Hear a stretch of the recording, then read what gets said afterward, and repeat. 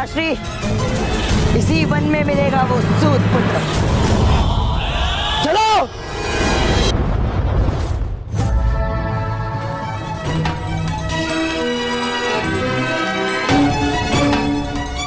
Di episode sebelumnya, Karna mengikuti kompetisi keterampilan kusir kuda. Setelah menyelesaikan ujiannya, Karna langsung mendatangi Bisma yang bertindak sebagai juri dan bertanya berapa nilai yang telah ia peroleh.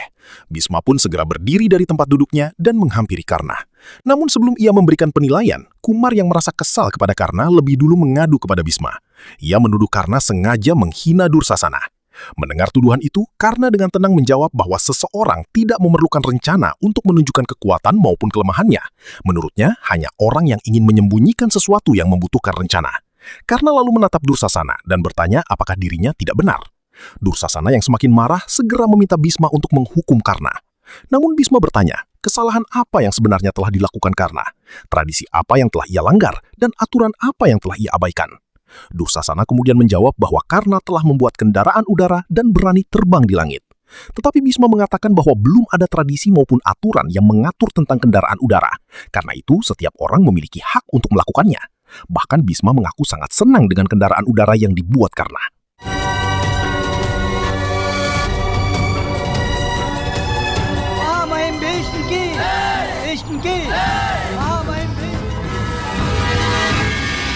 Setelah itu, Bisma memberikan penilaiannya kepada Karna. Ia menjelaskan bahwa tugas seorang kusir adalah menjaga keselamatan Maharathi yang berada di atas keretanya. Jalan yang ditempuh bisa saja sulit, tetapi seorang pendamping sejati adalah orang yang mampu membuat perjalanan terasa mudah. Menurut Bisma, seluruh pendidikan dan latihan Karna menjadi sia-sia. Dalam keinginannya melakukan sesuatu yang besar, Karna justru gagal melakukan hal yang paling mendasar. Bisma mengatakan bahwa kebesaran memang membawa kemasyhuran, tetapi pekerjaan sederhana juga memiliki martabatnya sendiri. Ia memberi contoh seorang petani yang menanam padi di ladang. Meskipun itu pekerjaan biasa, petanilah yang mengisi perut seluruh masyarakat. Kemudian Bisma berkata bahwa meskipun Karna adalah putra kusir hebat seperti Adirata, ia tetap telah gagal dalam ujian tersebut. Dengan berat hati, Bisma menyatakan bahwa Karna belum bisa dinyatakan lulus. Bisma lalu meminta agar Karna kembali belajar di Gurukul.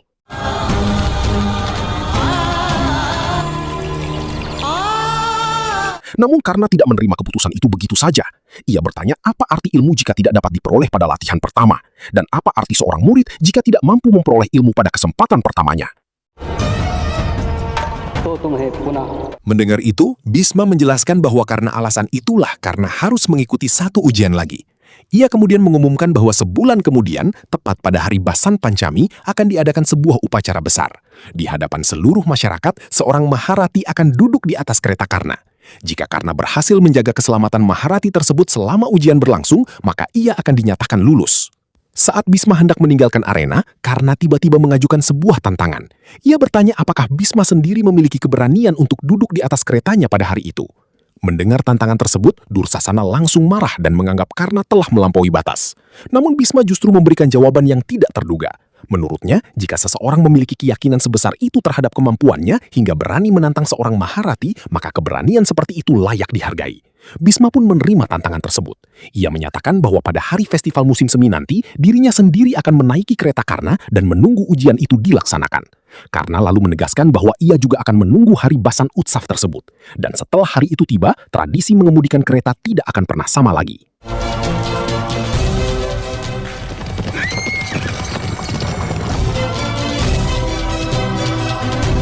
Sambil memohon maaf kepada Bisma, Adirata terdiam dan teringat pada semua perkataan putranya. Ia teringat saat Karna berkata bahwa sejak lahir dirinya memang ditakdirkan untuk terbang di langit, sementara Bisma berusaha mengikatnya ke bumi. Adirata juga teringat ketika Karna mengatakan bahwa Bisma sebenarnya sudah melihat kemampuan mengemudikan keretanya bertahun-tahun lalu. Dan jika Bisma melupakannya, maka Karna akan menunjukkannya sekali lagi. Kemudian ia teringat saat Karna mempertanyakan apa arti ilmu jika tidak bisa diperoleh pada latihan pertama. Dan apa arti seorang murid jika tidak mampu memperoleh ilmu pada kesempatan pertamanya. Ia juga mengingat tantangan Karna kepada Bisma. Ketika Karna bertanya apakah Bisma memiliki keberanian untuk duduk di atas keretanya. Hingga akhirnya Karna dengan penuh keyakinan berkata bahwa setelah hari Basan Utsaf tiba, tradisi mengemudikan kereta tidak akan pernah sama lagi. Setelah mengingat semua itu, Adirata berkata bahwa hari itu ia merasa malu atas perilaku putranya. Namun Bisma justru mengatakan bahwa Karna bersinar seperti api, dan cahaya api terkadang memang dapat membakar. Menurut Bisma, itu bukanlah alasan untuk merasa malu. Adirata kemudian menjawab bahwa jika nyala lampu sampai membakar sebuah rumah, maka kesalahannya bukan terletak pada rumah maupun apinya, melainkan pada lampu itu sendiri. Ia merasa bahwa keberanian lancang seorang anak adalah kesalahan ayahnya. Bisma mengakui bahwa perkataan Adirata memang benar, namun ia bertanya apakah Adirata merasa ada kekurangan dalam usahanya mendidik Karna. Dengan bingung, Adirata bertanya apa yang harus ia lakukan untuk menenangkan putranya. Bisma lalu menjelaskan bahwa kepuasan adalah sifat hati, bukan hasil dari keadaan. Setiap manusia bisa belajar untuk merasa puas. Jika hati dipenuhi ketidakpuasan, maka apapun yang terjadi akan selalu terlihat sebagai ketidakadilan. Karena itu, Bisma mengatakan bahwa Adirata harus mengajarkan rasa puas kepada Karna. Menurutnya, itulah satu-satunya jalan yang dapat menyelamatkan Karna. Bahkan Bisma memperingatkan bahwa jika ketidakpuasan dalam diri Karna tidak dapat dikendalikan, maka Adirata harus meninggalkannya.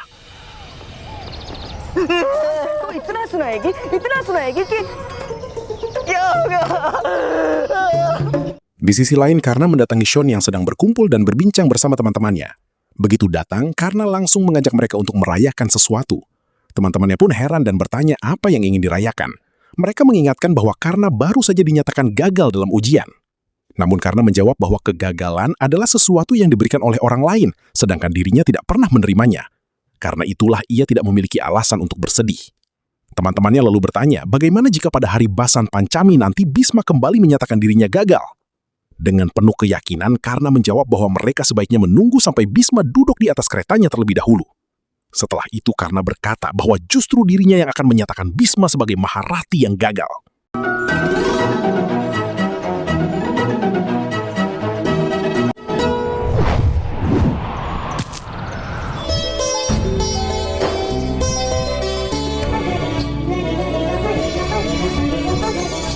Tak lama kemudian, Frushali datang menghampiri Karna sambil menggoda dirinya. Frushali mengucapkan selamat kepada Karna sebagai kusir yang gagal. Mendengar itu, Karna mendekat dan berkata bahwa dirinya sudah berkali-kali menjatuhkan para pangeran Hastinapura dari keretanya, tetapi tetap saja dianggap gagal. Frushali lalu membalas bahwa itu berarti para Maharati berhasil, sementara kusirnya gagal. Ia kemudian berkata bahwa Karna pasti sedang merencanakan sesuatu untuk lulus pada ujian Basan Pancami nanti setelah berani menantang Bisma. Karna kemudian bertanya apakah Frushali percaya kepadanya. Tanpa ragu, Frushali menjawab bahwa ia percaya sepenuhnya. Karna lalu berkata bahwa jika sampai Bisma jatuh dari keretanya, mungkin kepalanya sendiri yang akan lebih dulu terpenggal dan jatuh ke tanah. Mendengar itu, Frushali menjawab bahwa kepala para kusir memang selalu jatuh ke tanah, terpotong dan tergeletak di bumi, menjadi batu sandungan di kaki kaum kasta tinggi. Sementara itu, saat kembali ke istana Hastinapura, seorang pelayan menghampiri Dursasana dan memintanya menggunakan salep untuk mengobati luka-lukanya agar tidak mengalami infeksi. Namun Dursasana hanya terdiam dengan wajah penuh kemarahan. Ia terus teringat perlakuan dan perkataan Karna yang membuatnya merasa sangat terhina.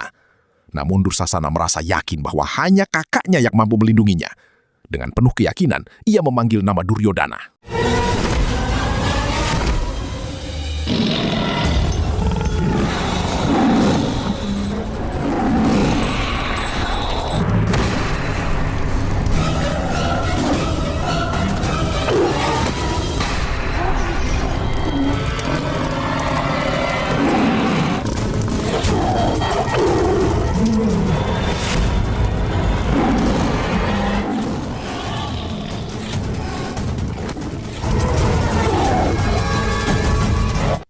Di sisi lain, Sean tampak ketakutan menghadapi ibunya.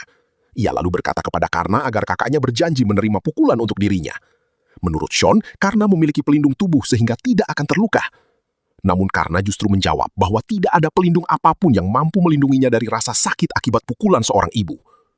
Tepat pada saat itu, dari kejauhan ternyata Radha sedang berdiri menunggu mereka dengan tatapan penuh kemarahan. Sean kemudian berkata bahwa seekor kambing selalu dihormati sebelum dikorbankan kepada para dewa.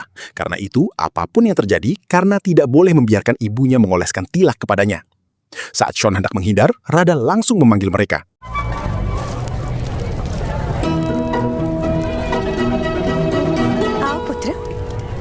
Dengan tatatan marah, Radha meminta Karna mendekat. Ia mengatakan bahwa hari itu Karna telah melakukan hal besar sehingga dirinya menunggu untuk menyambut kepulangannya.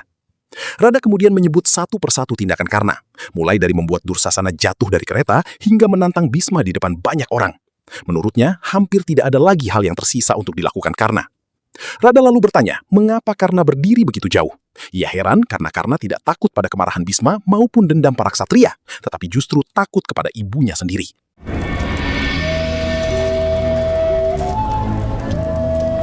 केवल माता ही अपनी संतान के हृदय का Mendengar itu, Karna mendekat dan berkata bahwa hanya seorang ibu yang bisa memahami ketakutan anak-anaknya. Dan hanya seorang anak yang mengetahui cara meredakan kemarahan ibunya. Namun Radha meminta Karna benar-benar menunjukkan cara meredakan kemarahannya. Ia ingin Karna melakukan sesuatu yang bisa menenangkan ketakutannya. Dengan sedih Radha bertanya, sampai kapan dirinya harus melihat mimpi-mimpinya hancur karena ambisi Karna yang berlebihan. Karna lalu menjawab bahwa sebuah mimpi bukanlah mimpi jika dapat dengan mudah hancur. Mendengar jawaban itu, Radha semakin marah dan meminta Karna berhenti membantah. Namun Karna menjelaskan bahwa dirinya tidak sedang membantah. Ia hanya berusaha menenangkan ibunya. Radha kemudian bertanya bagaimana mungkin Karna bisa menenangkannya setelah menghina Bisma dan terus melampiaskan dendamnya kepada para ksatria. Melihat ibunya masih dipenuhi kemarahan, Karna mengambil sepotong kayu lalu menyodorkannya kepada Radha. Dengan tenang, Karna meminta ibunya melampiaskan seluruh kemarahannya kepadanya.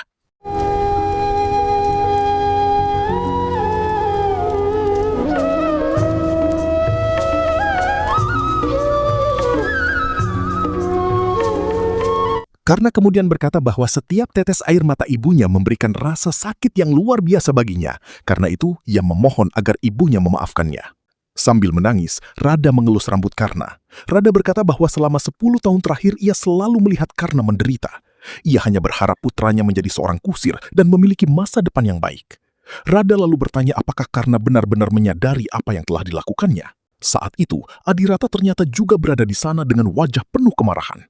Adirata berkata bahwa Karna memang sadar atas tindakannya, tetapi tidak memahami akibat yang mungkin terjadi. Namun Karna menegaskan bahwa dirinya tidak melupakan apapun. Mendengar jawaban itu, Adirata teringat kembali nasihat yang pernah diberikan oleh Bisma. Bisma mengatakan bahwa jika Karna tidak mampu mengendalikan mimpinya, maka Adirata harus melepaskannya.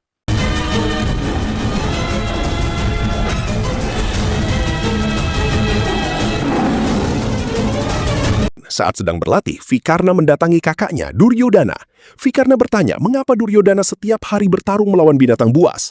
Duryodhana menjawab bahwa seseorang harus melawan lawan yang kuat jika ingin menjadi kuat. Menurutnya, mereka yang hanya melawan orang lemah tidak akan pernah menjadi kuat. Tak lama kemudian, Duryodhana memerintahkan para prajurit untuk membawa pergi seorang pria yang tergeletak lemas karena dijadikan umpan harimau. Ia bahkan menyuruh mereka mencari orang yang lebih kuat untuk dijadikan umpan pada hari berikutnya. Duryodhana lalu berkata kepada Vikarna bahwa bahkan binatang buas itu pun tidak ingin memakan daging pria tersebut. Pada saat itulah Dursasana datang dengan tubuh penuh luka dan memar.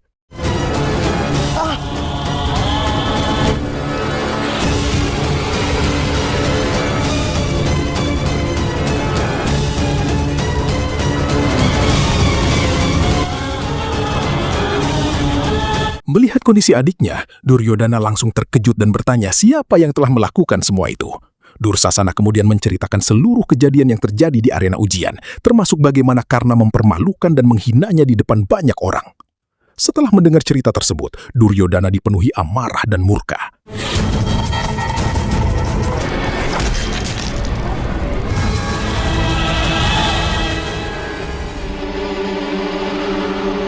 Sementara itu, di tempat lain, Adirata kembali berbicara kepada Karna. Ia meminta Karna untuk meminta maaf kepada Yang Mulia Bisma. Namun Karna menolak. Ia berkata bahwa dirinya baru akan meminta maaf pada hari Bisma berdiri bersamanya untuk melawan tradisi-tradisi yang menurutnya tidak berguna. Mendengar jawaban itu, Adirata kembali memerintahkan Karna untuk meminta maaf. Tetapi Karna tetap teguh pada pendiriannya dan mengatakan bahwa ia tidak akan meminta maaf.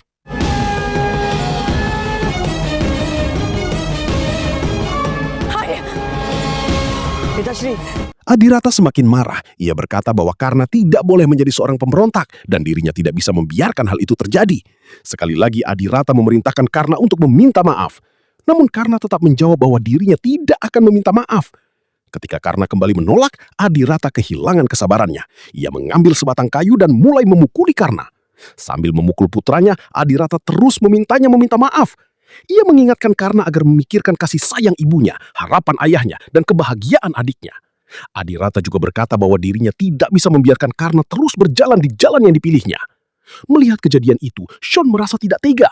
Ia berusaha menghentikan ayahnya dan meminta Karna segera pergi dari sana. Namun sebelum pergi, Karna menatap ayahnya dan berkata bahwa dirinya tidak memiliki cara untuk meredakan kemarahan sang ayah. dengan penuh penyesalan karena meminta maaf. Setelah itu, Karna pun pergi dari sana. Penuh amarah, Duryodhana dan Dursasana bersiap untuk menyerang Karna. Dursasana segera memerintahkan para prajurit untuk menyiapkan 100 orang pasukan. Ia mengancam bahwa jika perintahnya tidak dipatuhi, maka nyawa mereka semua akan berada dalam bahaya. Dursasana juga meminta mereka mematuhi perintah kakaknya, Duryodhana. Namun tiba-tiba, Bhisma muncul dan menghentikan mereka. Bhisma mengatakan bahwa pasukan tidak berada di bawah perintah seorang pangeran, melainkan di bawah komando panglima. Mendengar itu, Duryodhana meminta Bhisma sendiri yang memerintahkan pasukan. Menurutnya, seorang putra kusir telah menyerang seorang pangeran dari keluarga kerajaan. Tetapi Bhisma menjelaskan bahwa karena tidak menyerang Dursasana, yang terjadi adalah Dursasana gagal berdiri tegak di atas kereta.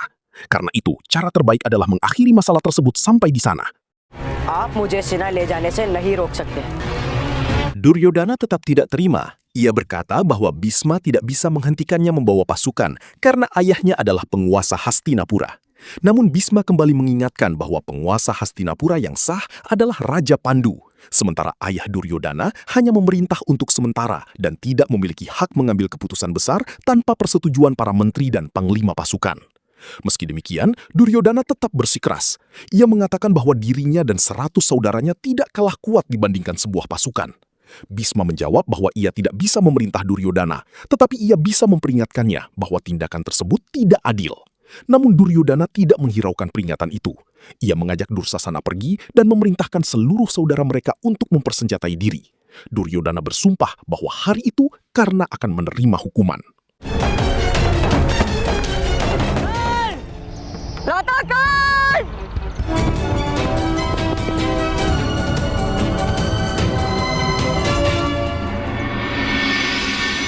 Di sisi lain, saat Karna turun dari balon udara apinya, semua orang yang melihatnya merasa kagum. Uttam memuji Karna dan berkata bahwa selama ini ia hanya mendengar kendaraan seperti itu dalam cerita. Ia pun penasaran bagaimana Karna bisa membuatnya.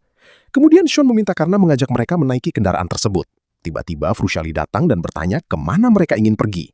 Shon langsung menjawab bahwa Karna akan mengajak mereka terbang. Namun menurutnya perjalanan itu tidak akan lengkap tanpa kehadiran Vrushali. Shon lalu meminta Karna untuk mengajak Vrushali ikut bersama mereka.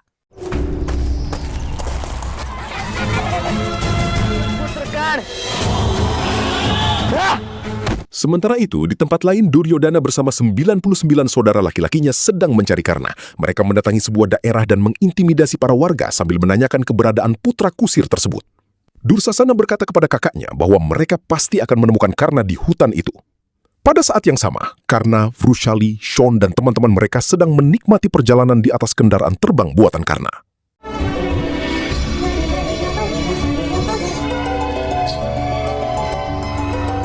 Di tengah perjalanan, Shon mulai menggoda Vrushali. Ia berkata bahwa jika Vrushali merasa takut, dirinya boleh memegang tangan Karna. Namun Vrushali dengan cepat membalas bahwa jika ia memegang tangan Karna, justru Karna yang akan mati karena gugup. Mendengar jawaban itu, semua orang pun tertawa bersama. Sementara jauh di bawah sana, Dursasana tiba-tiba melihat kendaraan terbang yang sedang dinaiki Karna. Ia langsung menunjukkannya kepada Duryodhana dan mengatakan bahwa itulah kendaraan yang digunakan Karna saat datang ke kompetisi kusir. Mendengar itu, Duryodhana menatap ke langit dengan penuh kemarahan. Dengan nada mengancam, ia berkata bahwa mulai hari itu, Karna bahkan tidak akan mampu berjalan lagi.